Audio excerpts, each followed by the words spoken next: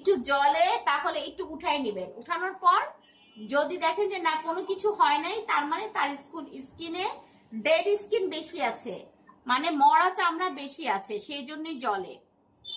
বুঝাতে পারছি? ওই যে শীতের সময় যে মরা চামড়া গুলো হয় না স্কিনে, তখন যে ডেড স্কিন গুলো হয় না, তখন যদি ফেয়ার পলিশ ওই স্কিনে দেওয়া হয় তখন কি হয়, ওই যে একটু জলে, কিন্তু এটা কোনো সমস্যা না কিন্তু।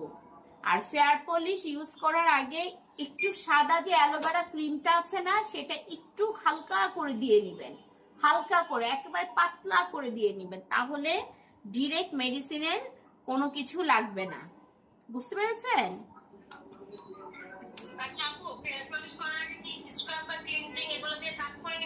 না না না না না, কিচ্ছু করতে হবে না।